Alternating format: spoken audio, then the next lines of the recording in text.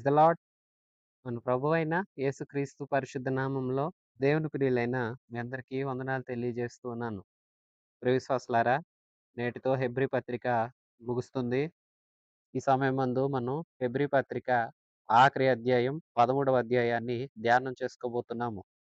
రచయిత ఇంతవరకు ఎన్నో విషయాలు తెలియచేశాడు. పత్రిక అంతా చదువుతూ వస్తే ఇదేదో గ్రంథమా, ఒక సిద్ధాంత సత్యాలతో నిండిన ఏదో పుస్తకమా అన్నట్లుంది. కానీ ముగింపుకొస్తే లేఖలాగానే ఉంది. ఇక ముగింపు మాటలు. క్లుప్తంగా, సంక్షేపంగా ముగింపు మాటలు జీవితానికి అవసరమైన, యేసునందున్న ప్రతి వారికి అవసరమైన విషయాలను మొదటి శతాబ్దం వారైన హీబ్రూ క్రైస్తవులకి ఈ మాటలు రాయటం జరిగింది. నేడు పరిశుద్ధాత్మ దేవుడు మనకి కూడా వీటిని అనుగ్రహించారు. ఈ అధ్యాయంలో ఉన్న వచనాలన్నీ ఎంతో ఉపయోగకరం. అధ్యాయాన్ని శ్రద్ధగా వినండి. హెబ్రీ పత్రిక 13వ అధ్యాయం మొదటి నుంచి. సహోదర ప్రేమ నిలవరముగా ఉండనీయండి. ఆరంభ వచనంలోనే చెప్తున్నారు. సహోదర ప్రేమ మీలో ఉండాలి. ప్రియ విశ్వాసులారా, యేసునందున్నాము. దేవుడు లోకమును ఎంతో ప్రేమించెను. కాగా తన అద్వితీయ కుమారుణ్ణి భూమి మీదకు పంపెనని యోహాను సువార్త 3:16లో చదువుతాము. సరే, మరి క్రీస్తు కూడా సంఘమును ఎంతో ప్రేమించినని, ఎంతగా ప్రేమించాడంటే తన ప్రాణాన్ని అర్పించేటంతగా ప్రేమించాడని ఎఫెసు పత్రిక 5వ అధ్యాయం 2లో మనం చదువుతాము. అంటే తండ్రి, కుమార, పరిశుద్ధాత్మ దేవుడు. మరి పరిశుద్ధాత్ముని ప్రేమ మనలో ప్రతినిత్యము ఆయన ప్రేమ తెలియచేస్తూనే ఉన్నాడు. ప్రేమిస్తున్నాడు గనకనే మనల్ని క్రీస్తుకు దగ్గరగా మారుస్తున్నాడు. క్రీస్తుకు నచ్చేటట్లుగా రూపుదిద్దుతున్నాడు. మరి దేవుడు నిన్ను నన్ను ఇంత ప్రేమించాడు కదా! ప్రేమ కలిగిన దేవుడు, ప్రేమమయుడైన దేవుణ్ణి ఆరాధిస్తున్న మనం కూడా ఒకరిని ఒకరం ప్రేమించాలి. ఒకరిని ఒకరు ప్రేమించమన్నాము అని కదా అని పాపపు ఇష్టమైన ఆలోచనలు, స్వార్థపూరితమైన లోకస్తులు చెప్పుకుని తిరిగే స్వార్థంతో కూడిన ప్రేమ కాదు. యేసు ప్రేమ సత్యమైన ప్రేమ, స్వార్థం లేని ప్రేమ. కొరింథీ పత్రిక 13వ అధ్యాయంలో ఈ ప్రేమను గురించి అధ్యాయం అంతా ఎంతో వివరంగా ఉంది. ప్రేమ ఎంతో మర్యాదగా ఉంటుంది. కోపపడదు. దీర్ఘశాంతాన్ని చూపిస్తుంది. అన్నింటినీ సహిస్తుంది. ఉప్పొంగదు. అలాగే ఎవరిని తక్కువ చేయదు. ప్రియ విశ్వాసులారా, మంచి ప్రేమ గలవారమై ఉండాలి. సహోదర ప్రేమ ఎంతెంతో అవసరం. ప్రియ విశ్వాసులారా, ప్రేమ కలిగి ఉండండి. ప్రేమ లేనిదే ప్రభువు వారిని ఇష్టపడడు. ఎవరైతే దేవుని ప్రేమ కలిగి ఆ ప్రేమను ఇతరులతో చూపిస్తూ ఉంటారో కొందరుంటారు. మాకు ప్రేమ ఉందండి. మేము దేవుడిని ఎంతో ఆరాధిస్తున్నాం. మాకు దేవుడంటే భలే ఇష్టం అంటారు. అయితే రియల్ రూపానికొచ్చేసరికి దేవుడు చేసిన తోటి మనుషుల్నే ప్రేమగా చూడరు. దేవుడు అందరినీ చేశాడు కదా! అందరినీ కలగచేసిన వాడు దేవుడే. కులము, మతము, ప్రాంతము, వర్గము, భాష ఇవన్నీ మనకు వేరు. కానీ దేవుడు మనుషులందరిని నిర్మించిన రీతి ఒకటే. కాబట్టి దేవుడే అందరినీ చేశాడు. మరి ఒకరిని ఎందుకు నీవు తక్కువగా చూస్తున్నావు? ఒకరినేమో భలే హెచ్చుగా చూస్తున్నావు. ఒకరినేమో అమర్యాదగా తీసి పడేసినట్లుగా మాట్లాడతాము. కొందరినేమో అబ్బో! నెత్తిన బెట్టుకుంటాము. అలా ఉండకూడదు. అందరినీ ప్రేమించాలి. దైవ ప్రేమ చేత నింపబడాలి. శత్రువులు సైతము ప్రేమించమని యేసు నేర్పుతూ ఉన్నాడు. తను శిక్షించిన వారిని, హింసించిన వారందరినీ క్షమించిన ప్రేమ యేసు ప్రేమ. ఆఖరి నిమిషం వరకు కూడా ఇస్కరియోతు యూదాని మార్చాలనుకున్న ప్రేమ అది గొప్ప ప్రేమ. ఈ దైవ ప్రేమతో నీవు నింపబడ్డావా? ఇతరులను ప్రేమిస్తున్నావా? సహోదర ప్రేమ నిలవరంగా ఉండాలి. నిలకడగా ఉండాలి. ఆగిపోకూడదు. కొద్ది కాలం వరకే పరిమితం కాకూడదు. ఇంతవరకే అని పరిమితులు, ఎల్లలు వేసుకొని అక్కడితో ఆగిపోవడానికి వీల్లేదు. రెండో వచనం. ఆతిథ్యము చేయ మరువకుడి. దాని వలన కొందరు ఎరుగకయే దేవదూతలకు ఆతిథ్యము చేసిరి. మీరును వారితో కూడా బంధింపబడినట్లు బంధకంలో ఉన్న వారిని జ్ఞాపకం చేసుకొనండి. మీరును శరీరంతో ఉన్నారు గనుక కష్టములు సంభవించుచున్న వారిని జ్ఞాపకం చేసుకొనండి. ప్రియ విశ్వాసులారా, ఇంకా ఏం చెప్తున్నారంటే సహోదర ప్రేమ నిలకడగుండాలి. తర్వాత ఆతిథ్యం చేయండి. ప్రియ విశ్వాసులారా, ఆతిథ్యం మంచి లక్షణం. ఇంటికి ఎంతో ఆశీర్వాదకరం కూడా. ప్రతిదీ ప్రేమ మనం కలిగిన వారమై ఉండాలి. ఏ సమయమందు ఎవరు వచ్చినా వారికి మంచి చెడు మనం చూసుకోవాలి. వారికి కాస్తంత ఉపచారం చేయాలి. ఇంట్లో ఆ వేళకు ఏముందో అది వారికి అంత తినడానికి ఇవ్వటం ఎంతో మంచి పద్ధతి. కొందరు ఎరుగకయే చేశారంట. కొందరు ఎవరు అబ్రహామును చూడండి 18 అధ్యాయం ఆదికాండంలో ఆయన దేవదూతలు ముగ్గురు వచ్చారు. దేవుని సముఖమందు అబ్రహాము వారిని కన్నులెత్తి చూసాడు. వేగంగా పరిగెత్తి వెళ్ళాడు. సాష్టాంగ నమస్కారం చేశాడు. "ఈవేళ రండి.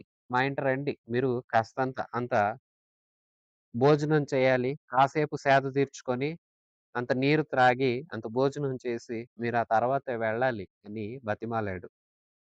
చూడండి 19 అధ్యాయం లోతు దగ్గరకు కూడా ఇద్దరు దేవదూతలు సొదొమ ప్రాంతానికి వెళితే, లోతు కూడా అలాగే వారిని ఆహ్వానించి ఆతిథ్యం ఇచ్చాడు.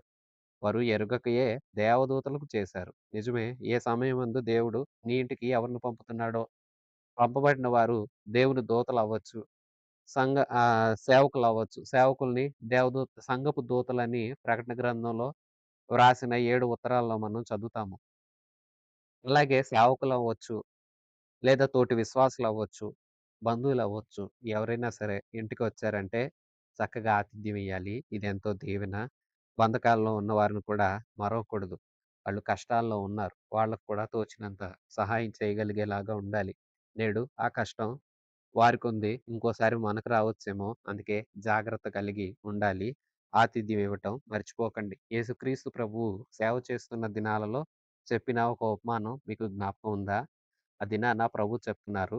మనిషి కుమారుడు మహామహిమ గల సింహాసనం మీద ఆసీనుడవుతాడు. దేవదూతలు గొర్రెలను, మేకలను గొల్లవాడు కదా వేరు చేసినట్లు దేవదూతలు కుడివైపున కొందరిని, ఎడమ వైపున కొందరిని నిలవబెడతారు. కుడివైపునున్న వారితో ప్రభు అంటారు, "నా తండ్రి చేత ఆశీర్వదించబడిన వారలారా, మీరు లోకం పుట్టినది మొదలుకొని ఏర్పాటు చేయబడిన దేవుని రాజ్యంలోనికి రండి. ఎందుకో తెలుసా? నేను ఆకలిగొన్నప్పుడు మీరు ఆహారం ఇచ్చారు. దప్పిగొన్నప్పుడు నాకు దప్పిక తీర్చారు. నేను చెరసాలలో ఉన్నప్పుడు పరామర్శించారు. పరదేశిగా ఉన్నప్పుడు నా అక్కర తీర్చారు. దిగంబరిగా ఉన్నప్పుడు వస్త్రం ఇచ్చారు" అంటుంటే వారు ఆశ్చర్యంగా అడుగుతారు అమాయకంగా, "ప్రభూ, నువ్వెప్పుడు ఆకలిగొన్నావు? నీకు మేమెప్పుడు సహాయం చేశాం? నువ్వెప్పుడు అంత ఇబ్బందిలో ఉంటే మేము నీకెప్పుడు సహాయం చేశాము? మేము సహాయం చేశామని అంత ఘనంగా చెప్తున్నావు" అంటే, మిక్కిలి అల్పులైన పేదలలో ఒకరికి వీరు చేశారు. అయితే నాకు చేసినట్లే చూసారా? పేదవారికి సహాయం చేయడం దేవుడు తనకే చేసినట్లుగా భావిస్తున్నాడు. మరి ఎడమ వైపునున్న వారితో కూడా అన్నాడు, "అక్రమం చేయవారలారా నా దగ్గరికి పొండి. మీకోసం అపవాది కోసం ఏర్పాటు చేయబడిన నరకంలోనికి పొండి. మీరు నాకు ఆకలేసినప్పుడు ఆహారం పెట్టల. దాహమేసినప్పుడు నీళ్ళియ్యలేదు.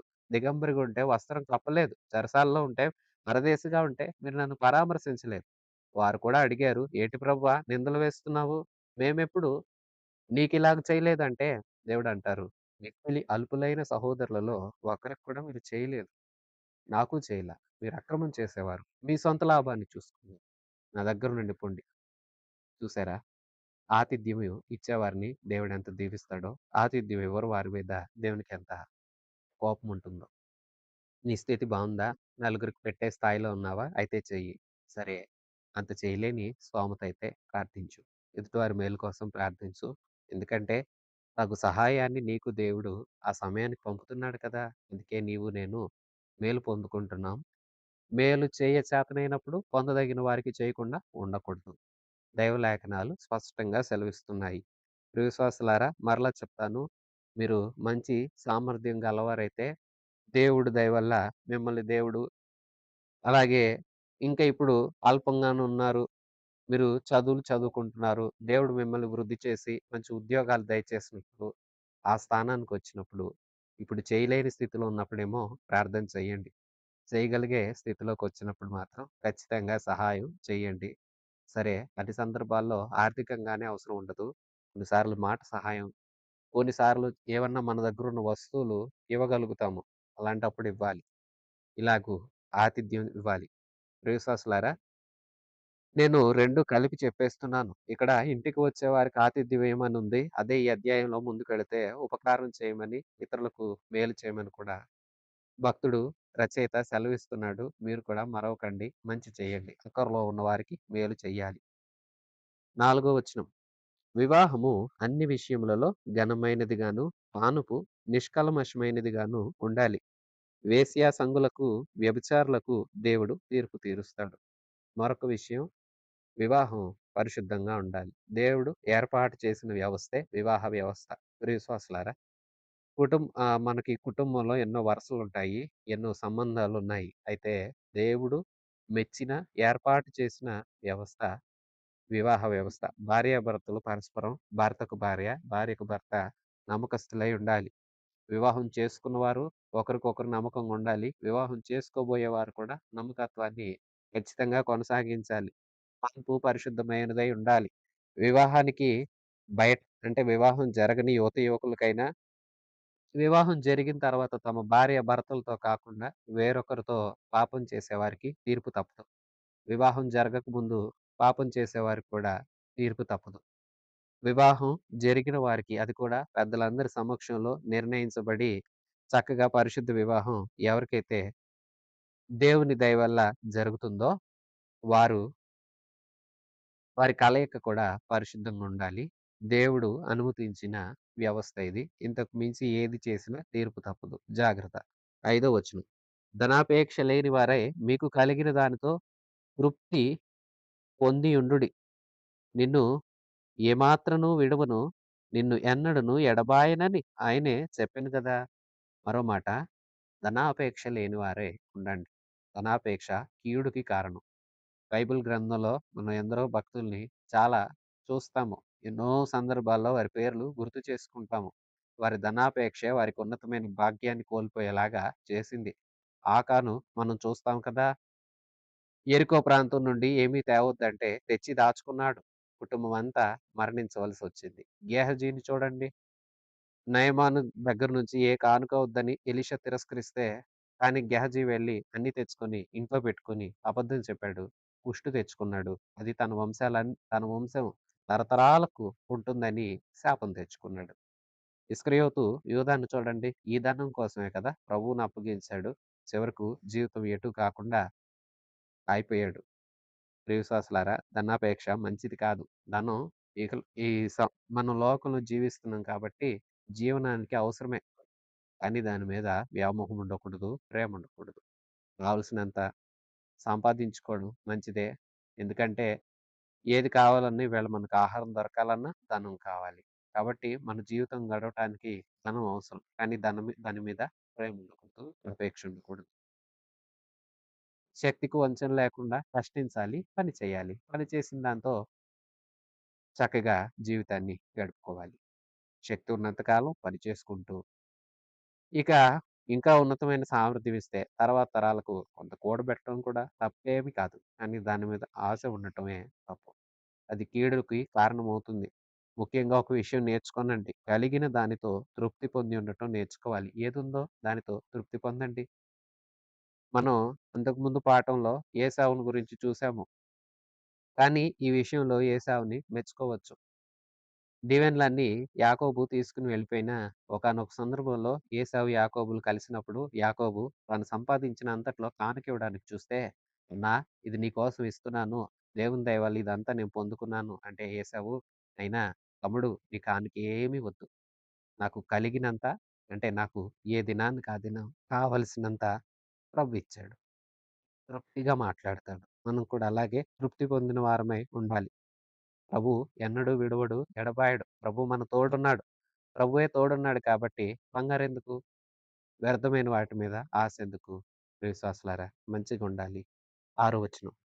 కాబట్టి ప్రభువు నాకు సహాయుడు. నేను భయపడను. నరమాత్రుడు నాకేమి చేయగలడు? అని మంచి ధైర్యంతో చెప్పగలవారమై ఉన్నాము. ప్రియ విశ్వాసులారా 118 కీర్తన 6 వచనాన్ని ఇక్కడ ప్రయోగిస్తున్నాడు. ప్రభువు నా పక్షానున్నాడు. నాకేంటి భయం? నరమాత్రులు నాకేం చేస్తారని అక్కడ కీర్తనకారుడు మాట్లాడిన మాట. నాకు ప్రభువు ఉన్నాడు. ఆయనే సహాయం. ఇంకా నాకు ధనం మీద ఆశ ఎందుకు? అలాగే లేనిపోని కష్టాలు తెచ్చుకోవడం ఎందుకు? కలిగిన దాంట్లో తృప్తి కలిగుంటాను. సహాయం చేసే దేవుడున్నాడు. అందుకు దేవునికి స్తోత్రం. అంతేగాని వ్యర్థమైన వాటి వెనకాల నేను పరిగెడితే నాకు సహాయం చేసే ప్రభువుని నేను వదిలేసి దేని వెనకాల పరిగెత్తినా అది నాకు నష్టమే. కానీ ఈ ప్రభువుని నేను పట్టుకుంటే ప్రభు నాకున్నాడు. నరులేం చేయలేరు. ఇక ఏది నన్ను ఏమీ చేయలేదు అన్నట్లుగా మంచి ధైర్యంతో చెప్పగలిగే వారంగా ఉండాలంటే ప్రభువు పాదాలు బలంగా పట్టుకోవాలి. ప్రభు చేతిని ఎన్నడూ విడవకండి. మీ హస్తాన్ని ప్రభువుకివ్వండి. ప్రభు గట్టిగా పట్టుకో. ఏ సందర్భమైనా వదిలిపెట్టకు అని ఆయన్నడగండి. ఆయన ఎంతైనా నమ్మదగిన సహాయకుడు, మేలు చేస్తాడు. 7వ వచనం. మీకు దేవుని వాక్యము బోధించి, మీ పైన నాయకులుగా ఉన్నవారిని జ్ఞాపకం చేసుకొని, వారి ప్రవర్తన ఫలమును శ్రద్ధగా తలంచుకొనుచు, వారి విశ్వాసమును అనుసరించండి. ఇంకా చెప్తున్నాడు, మీ పైన బోధకులున్నారు, వాక్యం బోధిస్తున్నారు, నాయకులు కదా! వారి ప్రవర్తనను మీరు పరిశీలించండి. వారు ఎలాగ అనుసరిస్తున్నారో చూడండి.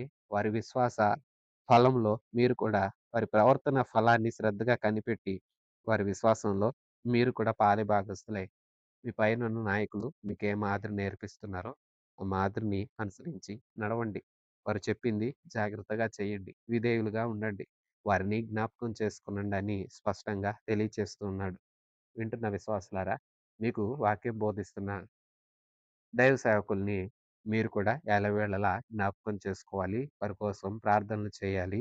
వారి అక్కరల్లో పాలుపంపులు పంచుకోవాలి. వారు చెప్పేది వినాలి. ఇంకా వారు యోగ్యమైన ప్రవర్తనను క్రీస్తుని పోలి నడుస్తున్న వారైతే వారిని అనుసరించాలి. బోధ వేరుగా, జీవితం వేరుగా ఉన్నవారైతే ప్రియ విశ్వాసులారా అట్టి వారితో జాగ్రత్తగుండాలి. చాలామంది దేవుడు తగినట్లుగా జీవించి దేవుడు ఏది నేర్పుతున్నాడో, ఏది నేర్పమంటున్నాడో అదే నేర్పుతూ అలాగే జీవిస్తూ ఉంటారు. కొందరైతే అలాగుండరు. బోధ మట్టుకు ఎంత అందంగా ఉంటుంది. కానీ జీవితం వేరుగా ఉంటుంది. అలాంటి వారితో జాగ్రత్త. కానీ మీకు బోధిస్తున్న నాయకుల్ని, వారి ప్రవర్తనను అనుసరించండి. ఇక్కడ నాయకులకు హెచ్చరిక. నాయకులు చాలా జాగ్రత్తగా ఉండాలి. విశ్వాసులు ఎదుట మంచి ప్రవర్తన గలవారై ఉండాలి. విశ్వాసులు కూడా నాయకుల్ని అనుసరించి నడుచుకోవాలి. మరో మాట, నాయకులకు నాయకుడు, ప్రభువులకు ప్రభువు, కాపరులకు కాపరి. దేవాది దేవుడైన యేసయ్య ఉన్నాడు. యేసయ్యను పోలి అందరూ నడవటం ఎంతైనా మంచిది. నాయకులైనా, వింటున్న విశ్వాసులారా మీరైనా సరే యేసుని అనుసరించి నడవండి. మీ దైవ సేవకులు మీకు నేర్పుతున్న విధానంగా మీరు మంచి బోధలో నడుచుకుంటూ, మీ సేవకులు ఎలాంటి విశ్వాసం దేవుని ఎదుట కలిగి ఉన్నారో దాన్ని అవలంబించండి. 8వ వచనం. యేసుక్రీస్తు నిన్న, నేడు ఒకటే రీతిగా ఉన్నాడు.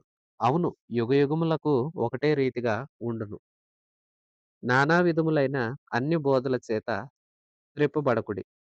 భోజన పదార్థములను బట్టి కాక, కృపను బట్టియే హృదయము స్థిరపరచుకొనుట మంచిది.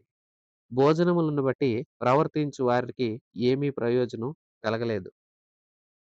మనకొక బలిపీఠం ఉంది. దాని సంబంధమైన వాటిని తినుటకు గుడారంలో సేవ చేయు వారికి అధికారం లేదు. వేటి రక్తము పాప పరిహారార్థముగా పరిశుద్ధ స్థలములోనికి ప్రధాన యాజకుని చేత తేబడునో, ఆ జంతు కళేబరములు శిబిరమునకు వెలుపట దహించబడును.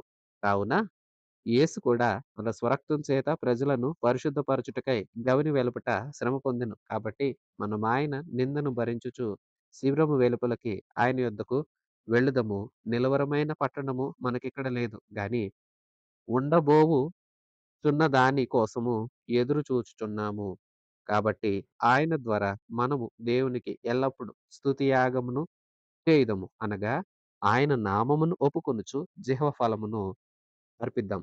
ప్రియ విశ్వాసులారా, మరొక విషయాన్ని ఇక్కడ స్పష్టంగా తెలియచేస్తున్నారు. విన్న వాక్యాన్ని బోధిస్తున్న వారిని అనుసరించి నడవండి. జాగ్రత్తగా సాగండి. యేసుక్రీస్తు ఉన్నాడు. ఆయన మారిన దేవుడు. ఆయన మన కోసం చేసిన కార్యాలు గొప్పవి. అవును, యేసు మారడా? మారడేంటి? యేసు మారడు. పద్ధతులు అని కాదు గాని, ఆయన గుణ లక్షణాలలో, ఆయన ప్రేమించే విధానంలో, ఆయన పాపాన్ని ద్వేషించే విధానంలో మార్పు లేని దేవుడు. ఏ తరంలో అయినా పాపాన్ని ద్వేషిస్తాడు. ఏ తరంలో అయినా ప్రేమ కురిపిస్తాడు. ఏ తరానికైనా మేలు చేస్తాడు. శరీర రీత్యా ఒకటేలాగా ఉన్నాడు అనకండి. ఎందుకంటే బెత్లెహేములో శిశువుగా పసుల తొట్టిలో పండుకున్నాడు. ఎదిగాడు. నజరేతు ప్రాంతంలో పెరుగుతూ అక్కడ పిల్లలతో కూడా ఆయన కూడా ఆడుకున్నాడు. ఆ తర్వాత ఆయన పెద్ద వయసు పాలస్తీనా ప్రాంతం అంతా తిరుగుతూ మేలు చేశాడు. తర్వాత గొల్గొతా కొండపైన సిలువ వేయబడ్డాడు. తర్వాత సమాధిలో సమాధి చేయబడ్డాడు. ఇక అలాగే ఉన్నాడా? సిలువ మీదే నేటికి వేలాడుతున్నాడా? లేదా సమాధిలోనే ఉన్నాడా? అంటే కాదు. తిరిగి లేచాడు. మృత్యుంజయుడిగా, మరణాన్ని జయించిన జయశాలిగా తండ్రి యొద్దకు వెళ్ళాడు. తండ్రి యొద్ద ప్రధాన యాజకుడిగా మునిపక్షంగా నేటికి ఉన్నాడు. ఆయన రక్షణ కార్యాన్ని ముగించి ఇక్కడికి వెళ్ళాడు. మరలా మనందరిని రక్షించబడిన మనందరిని తీసుకెళ్ళడానికి త్వరలో రాబోతున్నాడు. అయితే పాపాన్ని ద్వేషించే విషయంలో ఆయనకు మార్పు లేదు. మంచి వారిని తనను ఆశ్రయించిన ప్రజలను ప్రేమించి వారికి జాలి చూపించే విషయంలో నాడెలాగో నేడు అలాగే. వ్యర్థముగా నడుచుకొని ఆయన్ను తృణీకరిస్తూ ఆయన ప్రజల పక్షాన వ్యాజ్యెమాడే వారి మీద నాడెలాగో ఆయనకు కోపమొచ్చిందో నేడు కూడా అంతే. ఆయన గుణ లక్షణాల్లో మార్పు లేదు. ఆయన ప్రేమలో మార్పు లేదు. ఆయన కృపలో మార్పు లేదు. ఆయన దీవెనలో మార్పు లేదు. ఆయన మనల్ని మనుషుల్ని చూస్తున్న విధానంలో మార్పు లేదు. దేవుడు పక్షపాతి కాడు. మారని దేవుడు యుగయుగములకు సజీవుడు. ఆయనున్నాడు కదా! ఆయన్ని పోలి నడవండి. ఆయన్ని జాగ్రత్తగా పరిశీలించండి, పరీక్షించండి. కాబట్టి నానా విధములైన అన్య బోధల చేత కృపపడకండి. యేసు మారడు. యేసుని గురించి ఎవరైనా వ్యర్థమైన మాటలు చెప్తుంటే వారి వెనకాల మీరు కూడా వెళ్ళకండి. భోజన పదార్థాలను బట్టి కాదు. కృప ద్వారా మనం రక్షించబడ్డాం కాబట్టి హృదయాలు స్థిరపరచుకొనండి. ఎందుకంటే ఈ లేఖ యూదులకు రాస్తున్నారు కదా! యూదులు మనం లేవియాకాండంలో చదువుతాము. 11వ అధ్యాయంలో తినదగినవి, తినకూడనివని ఒక చిట్టా ఉంది. దాన్నింకా యూదులు పాటిస్తున్నారు. ఇప్పుడు తినటం వల్ల, తినకపోవటం వల్ల కాదు గానీ, ముందు మీ హృదయం మారాలి. యేసు దగ్గరికి రండి. అంటే ఇంకా ఆ పాత పద్ధతులను అవలంబించమని చెప్పే బోధుంది. అలాగే యేసుక్రీస్తుని అంగీకరించి, యేసుక్రీస్తులో సాగవలసిన బోధ అపోస్తలులు చెప్తున్నారు. అందుకే చెప్తున్నారు, అలాంటి అన్య బోధల వైపు మరలా భోజన పదార్థాలు, మరలా ధర్మశాస్త్రం క్రిందకి, మరలా బలులర్పించే విధానానికి మిమ్మల్ని త్రిప్పేవారొస్తారు. మోసపోవద్దు. జాగ్రత్తగా ఉండండి. మనకొక రక్షకుడున్నాడు. మనకొక బలిపీఠం ఉంది. మన ప్రభువైన యేసుక్రీస్తు ఆ బలిపీఠం మీద యాగమయ్యాడు. పాప పరిహారార్థ బలిగా ఆయన అర్పించబడ్డాడు. పాత బలిపీఠం చూడండి. అక్కడ ప్రధాన యాజకుడు బలిని అర్పిస్తాడు. జంతువు యొక్క కళేబరాన్నేమో దహన బలిపీఠం మీద దహిస్తాడు. రక్తాన్ని తీసుకొని పరిశుద్ధ స్థలంలోనికి అలాగ వెళతాడు. కానీ యేసు ప్రభు ఊరి వెలుపల, గవిని వెలుపల గొల్గొతా కొండ మీద సిలువనందు శ్రమ నొందాడు. రక్తం చిందించాడు. ఇక బలి వ్యవస్థ లేదు. ఆయనే ఆఖరిగా బలి అయ్యాడు. అందరి కోసం ఒకే బలి. ఒకేసారి బలి అయ్యాడు. నిలవరమైన గుడారం మనకిక్కడ లేదు. ఈయన చేసిన తన బలియాగం వలన మనకు పరలోకమందు స్థానం ఇస్తున్నాడు. స్వరక్తం చేత ప్రజలందరినీ పరిశుద్ధపరుస్తున్నాడు. పరిశుద్ధులమై మనం ఆయన దగ్గరికి వెళతాము. ఆయన్ను ఆయన నామం విషయంలో నిందను కూడా మనం భరిస్తూ ఉంటాము. కానీ ఆయన యొద్దకు మనం వెళుతున్నాం. నిలవరమైన గుడారం లేదు, పట్టణం లేదు. కానీ ఉండబోవున్నదొకటుంది. అంటే మనందరం వెళ్ళబోయే స్థలం ఒకటుంది. ఆ స్థలం కోసం ఎదురు చూస్తూ ఉన్నాము. కాబట్టి ఆయన ద్వారా మనం దేవునికి ఎల్లప్పుడూ కృతజ్ఞతాస్తుతులు చెల్లించాలి. కనుక ఆయన నామాన్ని ఒప్పుకుంటూ జెహోవాను అర్పించండి. ప్రియవిశ్వాసులారా శ్రద్ధగా వినండి. ఆరంభంలో సహోదర ప్రేమ ఉండాలన్నాడు. అలాగే ఆతిథ్యం చేయమన్నాడు. బంధకాల్లో ఉన్న వారిని జ్ఞాపకం చేసుకొని, వారి మంచి చెడ్డల గురించి ఆలోచించడం, ప్రార్థించడం, అవసరమైతే సహాయం చేయగలటం, చేయాలని చెప్పాడు. వివాహం పరిశుద్ధంగా ఉండాలి. కాన్పు కల్మషం లేనిదిగా ఉండాలి. అలాగే వ్యభిచారం, ఇతరమైన దేవుడు మెచ్చని వాటిని వివాహ సంబంధానికి మించిన అక్రమ సంబంధాలు ఇటువేవి చెల్లవు. వారందరూ శిక్షకు పాత్రులవుతారు అని తెలియచేశాడు. ఆ తర్వాత మనందరము దేవునికి ఇష్టమైన పిల్లలంగా ఉండటం కోసం అన్ని విషయాల యందు శ్రద్ధ కలిగి, మనం దేవుడు మనకు సహాయం చేసే దేవుడు గనక ఏ ధనాపేక్ష, వ్యర్థమైన వాటి మీద ఆశ లేని వారమై, దేవుడు మనకున్నాడని మంచి ధైర్యం గలవారమై ఉండాలి. మన పైన బోధకుల విషయంలో వారి ప్రవర్తన ఫలాన్ని మనం గమనించి, వారికి వారిని బట్టి వారిని మాదిరిగా తీసుకొని మనం ముందుకు సాగాలని నేర్పించి, మనకొక ప్రధాన యాజకుడున్నాడు. ఈయన మనకు రాజ్యం ఇస్తాడు. ఇప్పుడు మీరు నిరంతరం ఒక పని చేయండి. ఏంటంటే ఎల్లప్పుడూ ఆయన్ని స్తుతించండి. ప్రియవిశ్వాసులారా, మంచి లక్షణాలు, మంచి సంబంధాలు, మంచి జీవిత విధానం కలిగి ఉండండి. అలాగే రోజు చేయాల్సిన విషయం ఒకటుంది. అదేంటంటే రోజు అందామా? కాదు. ఎల్లప్పుడూ చేయవలసిన ఒక యాగం ఉంది. అదేమంటే స్తుతి యాగం. స్తుతి యాగమా? అదెలా చేయాలి అంటారా? దేవుడు మనకు అనుగ్రహించిన నోరు ఉంది కదా! మన నోటితో యేసు నామాన్ని స్మరిస్తూ, ఆయన చేసిన కార్యాలన్నింటినీ నోటితో ఒప్పుకుంటూ, ప్రతి కార్యం చేశాడు కదా! అందుకు ఉదాహరణకు, "యేసయ్యా! నాకు నీవు మంచి ఆరోగ్యాన్నిచ్చావు. నీకు స్తోత్రం."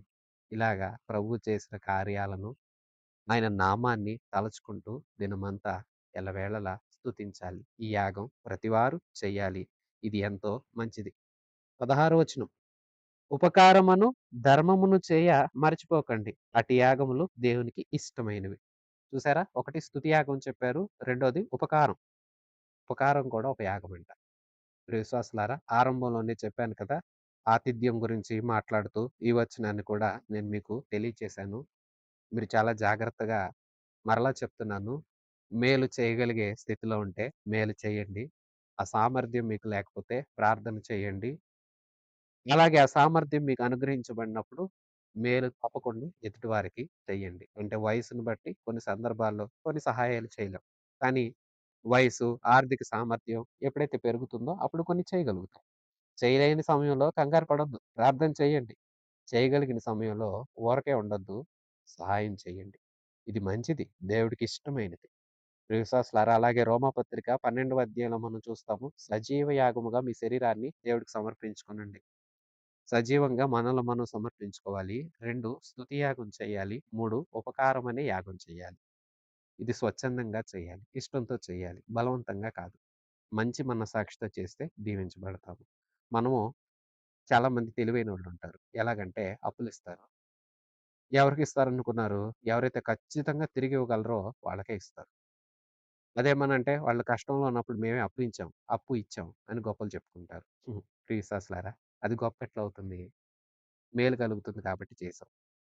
నిజమైన సహాయం ఎప్పుడో తెలుసా? నువ్వు చేసినట్ల అర్థం. ఎవరైతే నీకు తిరిగి సహాయం చేయలేరో వారికి నువ్వు సాయం చేస్తే అదెంతో దీవెన. మరి చేయగలిగే సమయం, సామర్థ్యం అట్లాంటి అర్హత మీకున్న వేళ ఖచ్చితంగా సహాయం చేయండి. ఈ మాటలు మీ హృదయమందు భద్రం చేసుకొనండి. మరొకండి. ఎదుటివారికి మేలు చేయడం ఎంతో దీవెన. తద్వారా దేవుడు కూడా మిమ్మల్ని ఆశీర్వదిస్తాడు. మీరు చేయగలిగే సామర్థ్యం ఉన్నప్పుడు ఖచ్చితంగా చేయండి.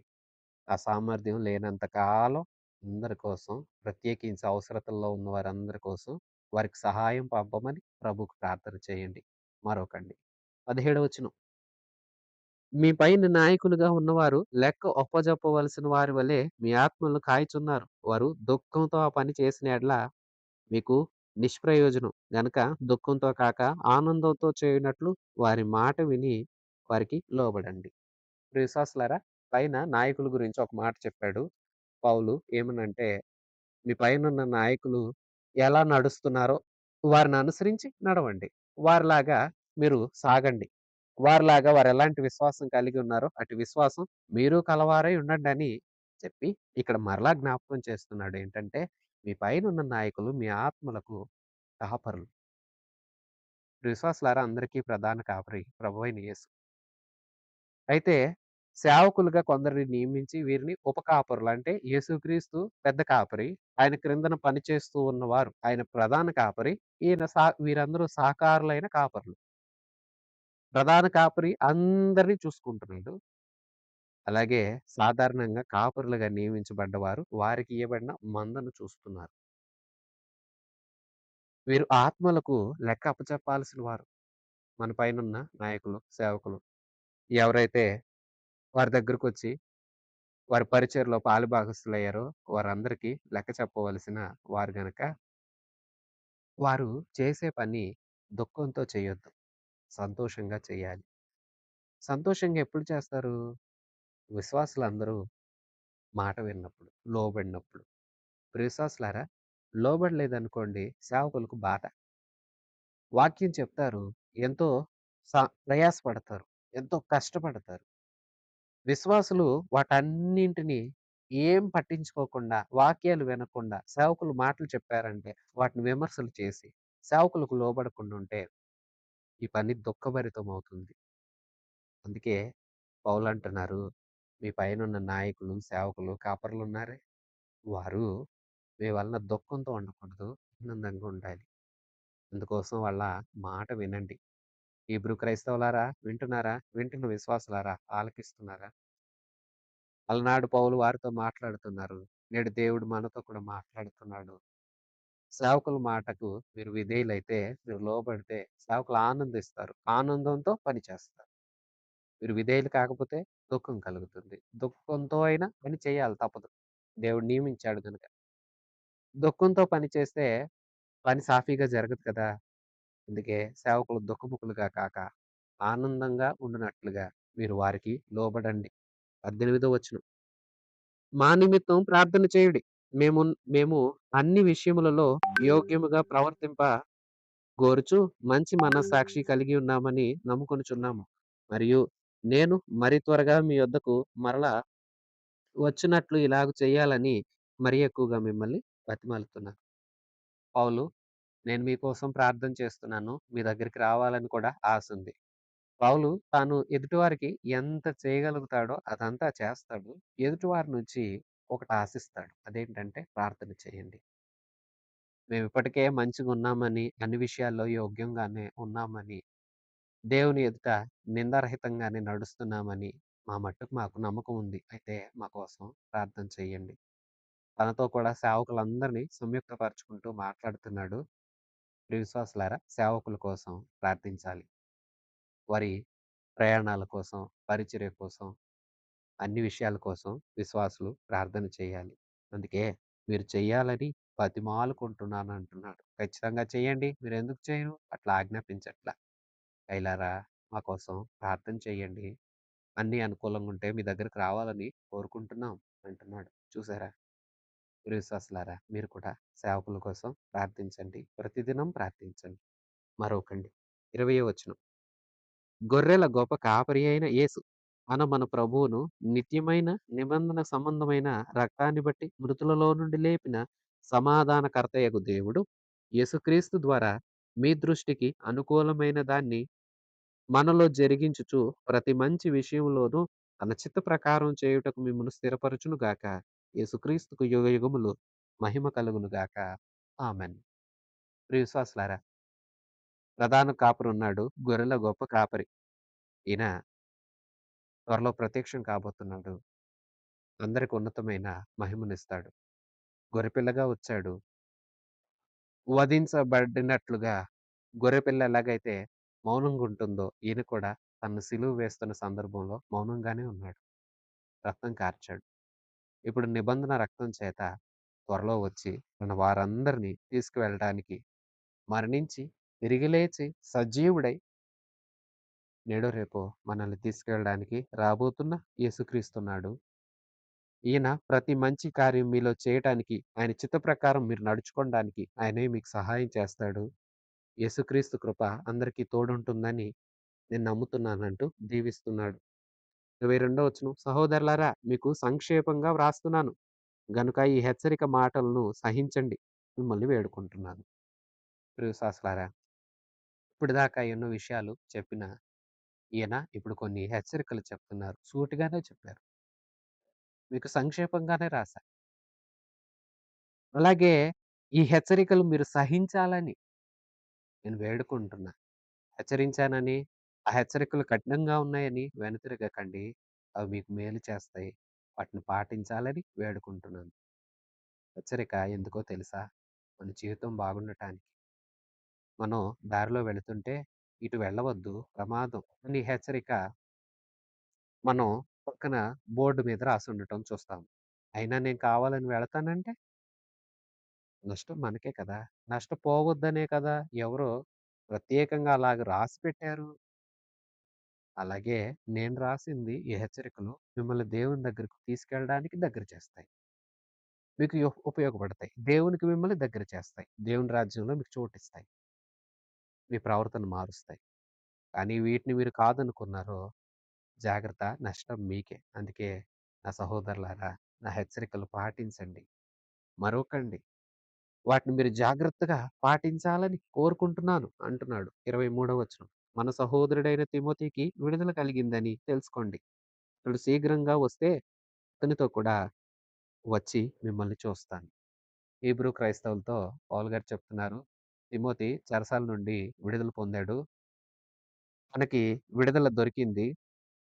తను త్వరగా నేనున్న చోటకొస్తే మేమిద్దరం కలిసి మీ దగ్గరకు త్వరలోనే వస్తామని ఆశిస్తున్నాను. రావాలని కోరుకుంటున్నాను అంటున్నాడు. 24 వచనం. మీ పైన నాయకులైన వారికందరికీ, పరిశుద్ధులందరికీ నా వందనాలు చెప్పండి. ఇటలీ వారు మీకు వందనాలు చెప్పుచున్నారు. కృప మీ అందరికీ తోడయుండును గాక. ఆమేన్. ప్రియ విశ్వాసులారా, ఇంకా చెప్తున్నారు. మీ పైనున్న నాయకులకి నా వందనాలు చెప్పండి.